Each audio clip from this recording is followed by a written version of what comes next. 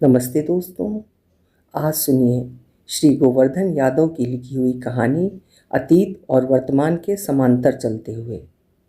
गोवर्धन यादव जी साहित्य के पथ पर एक समर्पित कलमकार हैं, जिनकी निष्ठा उनके साहित्य के विस्तार में मिलती है।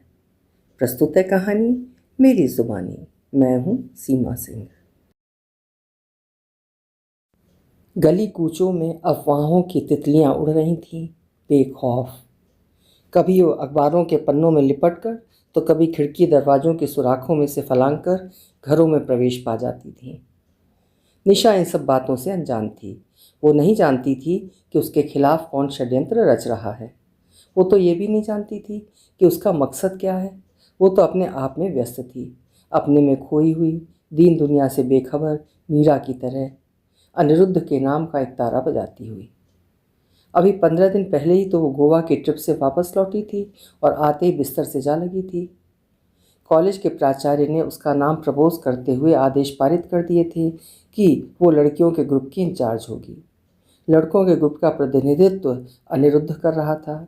उसे जब इस बात की जानकारी मिली तो उसने सानुनय इस प्रस्ताव के विरुद्ध अपनी असहमति दर्ज करा दी थी। उसकी सोच के केंद्र में अनिरुद्ध था। उसके प्रति बढ़ती आसक्ति और बाद में मिलने वाली बदनामी के डर से उसने वहाँ जाने से मना कर दिया था। पूरे 15 दिन की एक्सर्जन ट्रिप थी वो कॉलेज की तरफ से। अनिरुद्ध से उसकी पहली मुलाकात बड़ी ही अजीबोगरीब परिस्थितियों में हुई थी। वो किसी अन्य कॉलेज से स्थानांतरित होकर आया था, जहाँ वो स्वयं सहायक प्राध्यापक थी। कॉमन रूम में प्रवेश करते ही उसकी नज़र अनिरुद्ध पर जा पड़ी। वो वहीं ठिठक कर खड़ी हो गई। वो उस समय स्टाफ के अन्य सदस्यों के बीच घिरा बैठा बतिया रहा था। उसे देखते ही वो भय मिश्रित आश्चर्य से घिरने लगी थी। कौन है ये नवयुवक? उसकी शक्ल तो हूबहू अजय से मिलती जुलती है। वही नाक नक्श, वही तराशा हुआ चेहरा, शरीर सौष्ठव, कद काठी और बातें करने का अंदाज भी तो मिलता जुलता है। उसकी नीली भूरी आंखें और हंसने का अंदाज भी तो अजय से मिलता है। वर्तमान में रहते हुए वो अतीत की सीढ़ियाँ उतरने लगी थी। एमए प्रीवियस की छात्रा थी वो उन दिनों। शाम के यही कोई 4 साढ़े 4 बज रहे होंगे। ये वो समय होता है जब परिवार के सारे सदस्य एक साथ बैठकर चाय पीते हैं। वो किचन में चाय बनाने में व्यस्त थी। तभी माँ ने कमरे में प्रवेश करते हुए उससे 3 प्याली चाय और बढ़ा देने को कहा। उसने सुना अनसुना करते हुए लापरवाही से अपनी गर्दन को झटकते हुए अंदाज़ा लगाया कि पापा के दोस्त वोस्त आ धमके होंगे। किचन से लौटते समय माँ ये भी कह गई थी कि चाय के साथ कुछ खारा मीठा और बिस्कुटें भी लेती आए। एक बड़ा सा ट्रे हाथ में उठाए वो बैठक कक्ष में पहुंची। वहाँ पापा के दोस्त नहीं थे। वहाँ कोई अन्य भद्र पुरुष बैठे दिखलाई दिए। वो समझ गई आने वाले निश्चित ही उसे देखने आए होंगे। उसने सहज ही अंदाज लगाया था। तभी पापा के कहे शब्द याद हुआ है कि जब तक तेरी पढ़ाई पूरी नहीं हो जाती हम शादी की बात नहीं करेंगे। पापा का वचन याद आते ही वो आश्वस्त हो चली थी। नज़दीक पहुंची ही थी कि पापा ने लगभग चहकते हुए कहा, ये रही हमारी बिटिया निशा। और निशा, ये है मिस्टर अजय, कॉलेज में सहायक प्राध्यापक हैं, और ये इनके माता पिता। उंगलियां नचाते हुए उन्होंने सभी का परिचय करवा दिया था। ट्रे अपनी हाथ में ही थी। उसने शिष्टाचारवश अपनी गर्दन झुकाकर सभी को अभिवादन किया। ट्रे को सेंटर टेबल पर रखते हुए माँ के करीब सटकर बैठ गई थी। चाय की प्याली बढ़ाते हुए उसने अजय को देखा तो बस देखते ही रह गई थी। वो बस एक अजीब किस्म की बेचैनी में घिरने लगी थी। वो दिल जोरों से धड़कने लगा था। सांसें बेकाबू हो गई थीं। अजय की नीली भूरी आंखों के समंदर में जो एक बार डूबी तो फिर उबर ना सकी थी। बात पक्की हो इससे पूर्व ही उसने अपना मंतव्य कह सुनाया कि वो आगे भी पढ़ना चाहेगी। अजय की स्वीकृति की मोहर लग जाने के बाद वो उसे और भी सुंदर दिखाई देने लगा और इस तरह अजय के साथ शादी के बंधन में बंधकर ससुराल चली आई थी। माँ बाबूजी का आशीर्वाद और अजय का प्यार पाकर उन्हें हाल हो गई थी। दिन सुनहरे और रात मतवाली हो उठी थी। चारों तरफ खुशियों के बादल बरस रहे थे और वो उसमें सराबोर भी हो रही थी। पर ये खुशियाँ ज़्यादा दिन तक नहीं टिक पाईं। नियति के क्रूर हाथों ने उसके माथे पर लगे सिंदूर को बड़ी बेरहमी के साथ पोंछ डाला था। वो सधवा से विधवा बना दी गई थी। फूलों की सेज कांटों में बदल गई थी। उसके सपनों का रंग महल धूसर कटीला हो गया था और वो एक मर्मांतक पीड़ा के दौर से गुजरने लगी थी। माँ और बाबूजी का बुरा हाल था। वे विक्षिप्त से रहने लगे थे। अपने इकलौते बेटे के गम ने उन्हें पगला सा दिया था। उनका हंसता खेलता आशियाना जैसे जलकर खाक हो गया था। अहिल्या किसी पुत बनी निशा ने अपनी पीठ पर हल्का सा स्पर्श पाकर पीछे पलट कर देखा। वहाँ कोई और नहीं, बाबूजी खड़े थे। उनकी शून्य में झांकती निस्तेज निगाहों को देखकर भय के मारे कांपने लगी थी और अब फपक कर रो पड़ी थी। देर तक चुप्पी ओढ़े रहने के बाद उन्होंने अपना मौन तोड़ा था, बड़ी संजीदगी के साथ। शब्द जैसे दुख के कीचड़ में सने थे और बोलते समय उनकी जुबान लड़खड़ा रही थी। बेटा, अजय तुम्हारा पति था, वहीं वो हमारा बेटा भी था। जितना दुख तुम्हें है उतना हमें भी है। दुख आखिर दुख ही होता है। वो ना तो बड़ा होता है न छोटा। वो तो आदमी के कमतर अथवा तीव्रतर अनुभव अथवा आघात के आधार पर छोटा बड़ा हो सकता है। फिर जाने वाले के पीछे जाया भी तो नहीं जा सकता। ना तो कभी कोई गया है और ना ही ये संभव है। सभी को अपनी अपनी उम्र की फसल यहीं काटनी होती है। मेरा इशारा उस आने वाले कल की तरफ है जहाँ हमें या तो मर मर के जीना है अथवा जीते जी मर जाना है।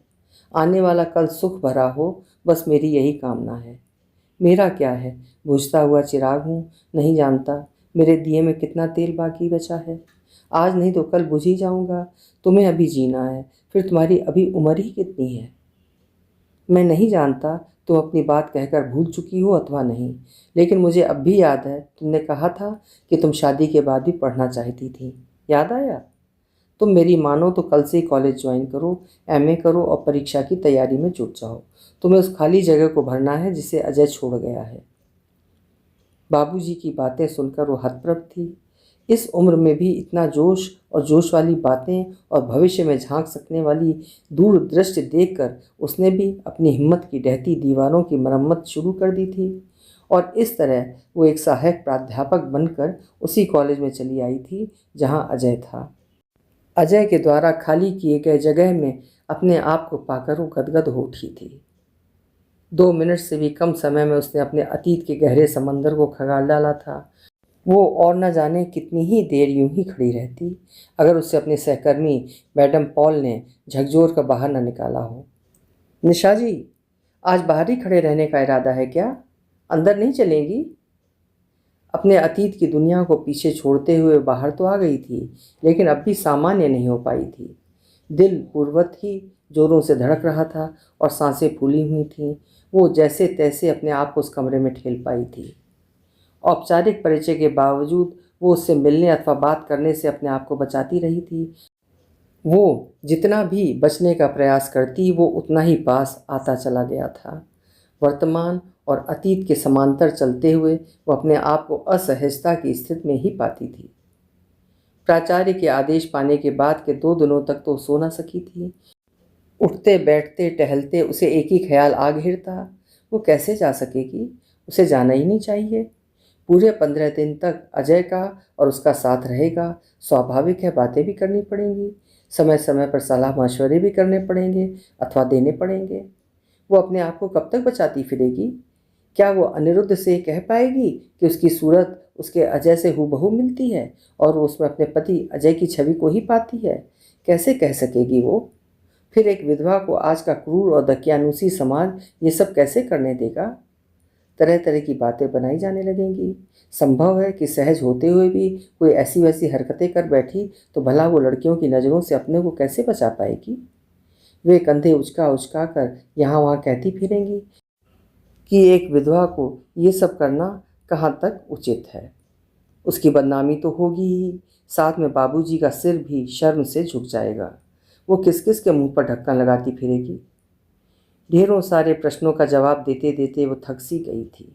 अंत में उसने निर्णय ले लिया था कि वो ट्रिप में जाने से मना कर देगी।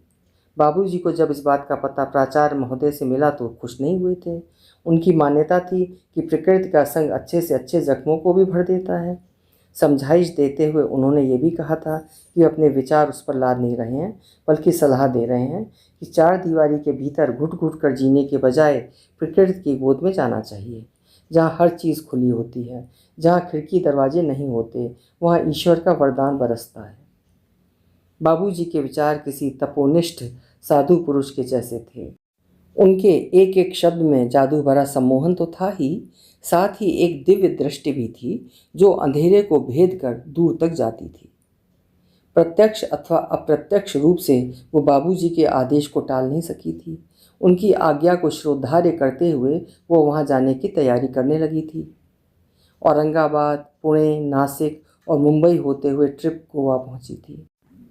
कॉलेज की ओर से प्रायोजित ये एक्सकर्जन ट्रिप पूरे 15 दिनों की थी। गोवा की हसीन वादियों में कदम रखते ही वो पुनः अजय की यादों में खोने लगी थी। वो जहाँ भी जाती अजय की यादें बराबर उसका पीछा करती रही थीं। अपनी शादी के बाद हनीमून मनाने वो गोवा ही तो आई थी। उन यादगार पलों को वो कैसे भूल सकती थी। उसने मन ही मन निर्णय ले लिया था कि अब वो अपनी ओर से ऐसा कुछ नहीं होने देगी जो बदनामी का कारण बने। इस निर्णय के साथ ही वो ट्रिप का एंजॉय करने लगी थी। अनिरुद्ध के व्यक्तित्व की वो शुरू से ही कायल रही है, लेकिन वर्तमान में साथ साथ रहते हुए उसने उसके अंदर छिपे अन्य विशिष्ट गुणों को भी जांच परख लिया था। अनिरुद्ध के व्यवहार में कहीं भी बनावटीपन नहीं था। उसके नैसर्गिक गुणों के कारण ही तो वो एक जगमगाते हीरे की तरह था। दूरियां अब नज़दीकियों में बदलने लगी थीं और मौन मुखर होने लगा था। शाम का समय हो चला था। सभी छात्र छात्राएं पहाड़ी की चोटी पर बैठे सूर्यास्त का दिलचस्प और अद्भुत नज़ारा देख रहे थे। एक बड़ा सा सिंदूरी गोला आसमान और समुद्र के मध्य लटक रहा था। हवाएं तेज चलने लगी थीं और समुद्र की उद्दाम लहरें किनारों से आकर टकराने लगी थीं। समुद्री पक्षियों का झुंड आसमान में अपने करतब दिखला रहे थे। उनकी चहचहाटों से समूचा वातावरण संगीतमय हो उठा था। सिंदूरी गोला आहिस्ता आहिस्ता नीचे की ओर उतरने लगा था। समूचे आसमान और समुद्र का पानी सिंदूरी रंग में बदल गया था। इस अनुपम और अद्भुत नज़ारे को देखते हुए निशा पुनः अजय की यादों में घिरने लगी थी। उसे ऐसा महसूस हुआ कि अजय उससे सटकर बैठा है और उसकी विशाल बाहें उसकी कमर के इर्द गिर्द लताओं की सी लिपटी हुई हैं।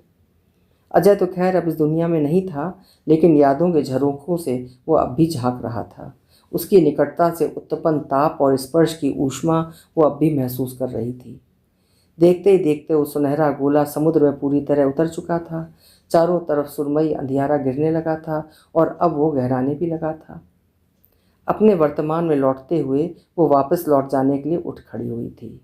पूरे इत्मीनान के साथ अपने कदमों को आगे बढ़ाते वो पहाड़ी उतरने लगी थी। सारी सावधानियों के बावजूद उसका पैर बुरी तरह से फिसला और वह चीख के साथ नीचे जा गिरी थी।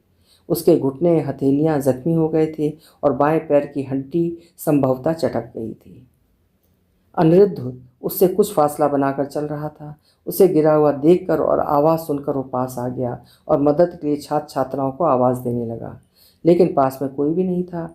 शायद उसकी आवाज़ उन तक नहीं पहुंची थी। उसे मदद के लिए अब स्वयं आगे बढ़ने के अलावा कोई चारा भी नहीं था। उसने उसे अपनी बाहों में भरकर उठा लिया और अब वो धीरे धीरे पहाड़ी उतरने लगा था। किसी पर पुरुष के सामीप्य का वो पहली बार अनुभव कर रही थी। दर्द का सैलाब अपने चरम पर था।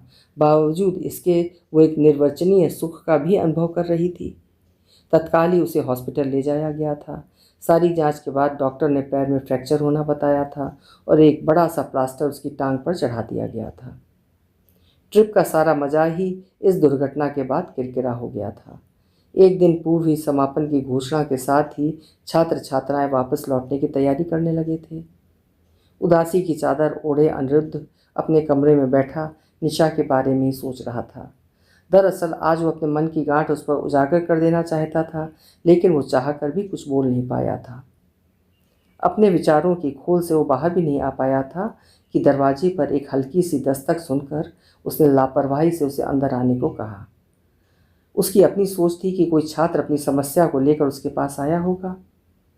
उसकी आंखें फटी की फटी रह गई थीं। आने वाला कोई छात्र नहीं बल्कि एक छात्रा थी, उर्वशी। उसने झीने कपड़े पहन रखे थे। पारदर्शी कपड़ों के भीतर से उसका गदराया यौवन झांक रहा था। उर्वशी को भला कौन नहीं जानता। अपनी धींगा मस्ती और खुलेपन के लिए वो सदा ही सुर्खियों में बनी रहती थी। अपने कॉलेज ज्वाइन करने के दिनों से ही वो उसे जानने लगा था। अंदर आते ही वो बुलबुल किसी चहकने लगी थी। हाय हैंडसम, किस गम में डूबे हुए हो? ओह तुम, क्यों आई हो इस समय, और वो भी इतनी रात गए? क्या करती सर, दिल मान ही नहीं रहा था, सो चली आई हूँ। उसकी बेशर्मी भरी बातों को सुनकर उसे क्रोध हो आया था। मन में आया कि उसे खूब जलील करे और तत्काल बाहर निकल जाने को कह दे, लेकिन वो कह नहीं पाया था। मुंह से कोई भी बात निकालने से पहले वो उस बात को तौल लिया करता था, तब अपना मुंह खोल पाता था। ये उसकी अपनी आदत थी। वो सोचने लगा था कि ऐसा करने से कहीं दांव उल्टा भी पड़ सकता है। ऐसी लड़कियां अक्सर अपने बचाव को लेकर तरह तरह के दांव पेचों को निर्धारित करने में माहिर होती हैं। वे जानती हैं कब कहाँ कौन सा दांव लगाना चाहिए। यदि वो उल्टे उसी पर इल्ज़ाम मढ़ देगी तो वो कहाँ कहाँ अपनी सफाई देता फिरेगा। बातों को गंभीरता से सोचते हुए उसने निर्णय लिया कि इस खूबसूरत बला को यहाँ से किसी तरह टाल देने में ही भलाई है। उसने बड़ी ही आजीजी के साथ कहा, देखिए मैडम, इस समय मैं काफ़ी डिस्टर्ब हूँ। जो भी बातें आप कहना चाहती हैं उसे कल दिन में भी कहा जा सकता है। कृपया मुझे मेरे हाल पर छोड़ दीजिए और आप यहाँ से तशरीफ़ ले जाने की कृपा करें। अपनी मादक अदाओं को बिखेरती और गोल गोल आंखें नचाते हुए उसने कहा, सर जी, मैं आई तो थी ही इस इरादे से कि आज की रात इसी कमरे में बिताऊंगी, वो भी आपके साथ। लेकिन जाने मन जाने की बात कह रहे हैं। मैं चली जाऊंगी, बेशक चली जाऊंगी, लेकिन मेरी भी तो कुछ सुन लीजिए। क्यों लट्टू हो रहे हैं आप निशा मैडम पर? क्या रखा है? क्या खास है उनमें जो हम में नहीं है? सिर से पांव तक एकदम फिट, खूबसूरती से भरा हुआ जिस्म, नाप भी 34-24-34 का है। नाप कर देख लीजिए। इतना कहते ही उसने अपने ऊपर का टॉप उतार कर फेंक दिया। कमर से ऊपर का धड़ एकदम नंगा था, निर्वस्त्र। उसकी निर्लज्ज हरकतों को देखकर दंग रह गया था। सच ही सोचा था उसने कि वो किसी भी पायदान पर उतर सकती है। उसकी पेशानी पर पसीना छूटने लगा था। दिल एक अजीब सी जकड़न में कसने लगा था। वो कब यहाँ से बाहर जाती है, वो इसकी बड़ी ही बेसब्री से इंतज़ार करने लगा था। उर्वशी शायद अपना होश खो बैठी थी। उसका पूरा शरीर उत्तेजना में कांप रहा था। आंखें नचाते हुए उसने कहा, देखा आपने, मैंने कहा था ना, निशा जी से मैं बीसी पढ़ूंगी। मैं एक खिला हुआ फूल हूँ जिसमें चटक रंग है, खुशबू है, मकरंद है, अपनी शोखियाँ भी हैं। वो फूल आपको एक कदम आगे बढ़कर खुला निमंत्रण दे रहा है, और आप हैं कि बासी फूल पर मंडरा रहे हैं। कैसे भम रहे हैं आप? शायद आप नहीं जानते, आपको ये बताना भी ज़रूरी है कि वो एक जूठन है, उतरा हुआ कपड़ा है। समझ रहे हैं ना आप? मेरे कहने का मतलब कि वो किसी की विधवा है। मुझे आपकी सोच पर अफसोस ही नहीं हो रहा है, बल्कि तरस भी आ रहा है। मैं जा रही हूँ, हाँ मैं जा रही हूँ, लेकिन मेरी बात कान खोलकर सुन लीजिए। मेरा नाम उर्वशी है। उर्वशी के रूप सौंदर्य के सामने जब विश्वामित्र भी नहीं टिक पाए थे, तो आप कहाँ लगते हैं? उर्वशी जब कोई चीज़ ठान लेती है तो करके भी बताती है। उसका मन जिस चीज़ पर भी आ जाता है वो उसे प्राप्त करके ही दम लेती है। जब मेरा दिल आप पर आ ही गया है तो आपको पाकर ही रहूँगी, बाई हुक या क्रुक। समझे आप? किसी ने कहा है कि प्यार में जोर ज़बरदस्ती नहीं की जाती। मैं आपको अपने राह पर ले ही आऊँगी एक दिन। कहते हुए उसने ज़मीन पर पड़े टॉप को उठाया, पहना और जूतियाँ खटखटाती बाहर निकल गई। दरवाज़ा धड़ाम से बंद हो गया था। उस खूबसूरत बला को गुस्से में जाता देखता रहा। दरवाजे की धड़ाम सी आवाज़ सुनते ही उसका दिल भी जोरों से धड़कने लगा था। वो सोचने लगा था, उर्वशी जाते जाते उसे खुली धमकी दे गई है। गुर्राहट से साफ झलकता है कि वो चैन से नहीं बैठेगी। वो कोई भी हरकत कर सकती है। आने वाले दिन उलझनों से भरे मिलेंगे, ये तय है। एक घायल नागिन और एक अतृप्त आत्मा अपना बदला लेने के लिए उस समय तक घात लगाए बैठे रहते हैं जब तक वे अपना बदला नहीं बजा लेते। उसे अब हर कदम पर सावधानी बरतनी होगी। वो ये भी सोचने लगा था, कैसी नादान और बेवकूफ़ लड़की है उर्वशी। शरीर से वो भले एक संपूर्ण औरत के जिस्म में ढल गई है, लेकिन उसका बचपना अभी भी नहीं गया है। अकल से भी कच्ची लगती है। वो ये नहीं जानती कि दिल कोई ऐसी वैसी फालतू चीज़ तो नहीं कि जब मन में आया किसी को भी उठा कर दे दिया। वो क्या जाने दिल और दिल की भाषा। लापरवाही से सिर झटकते हुए उसने अपने आप से कहा, जाने को तो चली गई थी, लेकिन एक शांत झील में वो एक बड़ा सा पत्थर जरूर उछाल गई थी। उसका मन भी किसी झील की तरह अशांत हो उठा था। विचारों की असंख्य लहरें तट पर आकर टकराने लगी थी। पूरी रात वो चैन की नींद नहीं सो पाया था। सुबह होने के साथ ही सामान गाड़ियों पर लादा जाने लगा था। वापस लौटने के साथ ही निशा बिस्तर पर जा टंगी थी। वो ना तो चल फिर ही सकती थी और ना ही कोई काम ही कर सकती थी। कभी वो तकिया का सहारा लेकर बैठी रहती अथवा मैगज़ीन के पन्ने पलटती रहती, या फिर अपनी आंखें बंद करके अपनी पलकों में मीठे हसीन सपनों को सजाती रहती। समय था कि कांटे नहीं कट रहा था। वो इन बातों से सर्वथा अनभिज्ञ थी कि बाहर कहाँ क्या हो रहा है। वो तो ये भी नहीं जानती थी कि कौन उसके खिलाफ विष वमन कर रहा है। सोते जागते उठते बैठते वो अनिरुद्ध के बारे में ही सोचती रहती थी। उसकी आंखों के सामने गोवा की हसीन वादियाँ, ऊंची नीची पहाड़ियाँ, लहलहाता समुद्र तैरते रहते और उन सबके बीच होता अनिरुद्ध। अनिरुद्ध को पाकर उसके दिल की मुरझाई कलियां फिर से मुस्कुराने लगी थीं।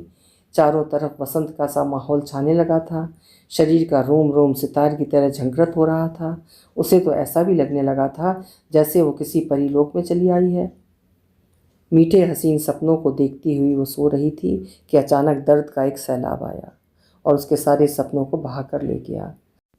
एक तीखे दर्द के एहसास ने उसे रोने पर मजबूर कर दिया था। दर्द से निजात पाने के लिए उसने सिरहाने पड़े दवा का रैपर उठाया, एक गोली निकाली, जीप पर रखी और पानी के घूंट के साथ ही उसे हलक के नीचे उतार लिया। दर्द अब भी पूरी रफ्तार के साथ चिलक रहा था। थोड़ी देर बाद उसे राहत मिलने लगी थी। वो पुनः अपने ख्यालों में खोने लगी थी। उसे इस ख्याल ने लगभग चौंका ही दिया था कि वो क्यों अनिरुद्ध को चाहने लगी है। क्या उसे ऐसा करने का अधिकार है? क्या आज का दकियानूसी समाज उसे ऐसा करने की इजाज़त देगा? वो कभी किसी की अमानत रही है? उसे वो अपना दिल ही क्या शरीर भी सौंप चुकी थी। क्या उसके प्रति विश्वासघात नहीं होगा? जिस दिल में उसने अजय को जगह दी थी, अब क्या वो उसे निकाल बाहर फेंकेगी और अनिरुद्ध को बसने की जगह देगी? क्या वो इतनी आसानी से उसे भूल पाएगी? अजय को एकदम से भुला पाना उतना आसान नहीं है। यह ठीक है कि उसके मन में अनिरुद्ध को लेकर एक प्यार का पौधा अंकुरित हुआ है। वो उसे चाहने लगी है। वो सिर्फ एक तरफा प्यार है। क्या अनिरुद्ध के मन में भी इसी तरह का प्यार पनप रहा है? क्या वो भी उसे चाहने लगा है? मेरे अपने बारे में सब कुछ जानते बूझते हुए वो क्या ऐसा कर पाएगा? उसने अपनी ओर से कभी भी इस बात को उजागर नहीं किया है। ये ठीक है कि वो रोज़ उसे देखने आता है। इसका आशय तो ये कदापि नहीं लगाया जा सकता कि वो केवल प्यार जताने ही आ रहा है। एक सहकर्मी होने के नाते भी तो आ सकता है। प्रश्नों के चक्रव्यूह में वो पूरी तरह फंस गई थी और बाहर निकल जाने के रास्तों के बारे में भी कुछ नहीं जानती थी। समय का बहाव अपने साथ सब कुछ बहा कर ले जाता है। उसने अपने जीवन की नौका को समय के बहाव के साथ खुला छोड़ देने का मानस बना लिया था। वो ये नहीं जानती थी कि उसकी नाव किस घाट पर जाकर लगेगी, अथवा उद्याम लहरों के थपेड़ों में चूर चूर होकर सदा सदा के लिए समुद्र के गर्भ में समा जाएगी। प्रेम, प्यार, समर्पण जैसे शब्दों को बलाए ताक पर रखते हुए वो उस घड़ी का इंतजार करने लगी थी जो भविष्य की मुट्ठियों में कैद थी। उर्वशी चुप बैठने वालों में से नहीं थी। वो चुप बैठी ही कहाँ थी। आने के साथ ही वो इस उधेड़बुन में लगी रही थी कि वो किस तरह से अनिरुद्ध को पा सकती थी। सारे हथकंडे अपनाने के साथ ही वो उन्हें समाज में बदनाम करने की भी योजना बना चुकी थी। खबरों को सनसनीखेज बनाते हुए वो उसे कागज़ों पर उतारती और अखबार के पन्नों के बीच रखवा कर उन्हें घरों घर तक पहुंचवाने लगी, अथवा खिड़की दरवाज़ों की सुराखों से अंदर डलवा देती। शुरू शुरू में लोगों ने उसे महज एक ऐड का पुर्जा समझकर रद्दी की टोकरियों के हवाले कर दिया, तो कभी उसे यूं ही फाड़ कर फेंक दिया। फिर अचानक ही ये खबरें लोगों की जुबान पर चढ़कर बोलने लगी। बद्री विशाल के विशाल व्यक्तित्व के चलते लोगों की हिम्मत उनके सामने मुंह खोलने की तो नहीं हुई, लेकिन दोनों के प्रेम प्रसंगों की चर्चाएं आम हो गई थी। अपने मिशन को असफल होता देख वो क्रोध में भरने लगी थी। असफल होने के बावजूद उसने हिम्मत नहीं हारी थी। अब वो कॉलेज परिसर में ही नए नए हथकंडे अपनाती और अनिरुद्ध को रिझाने की कोशिश करती। अनिरुद्ध भी कम होशियार नहीं था। वो उसकी हर चाल को शिकस्त देता चलता था। अनिरुद्ध निशा से मिलने और हालचाल जानने के लिए सुबह समय नहीं निकाल पाता था। हाँ, शाम को कॉलेज से छूटते वहाँ जा पहुँचता था।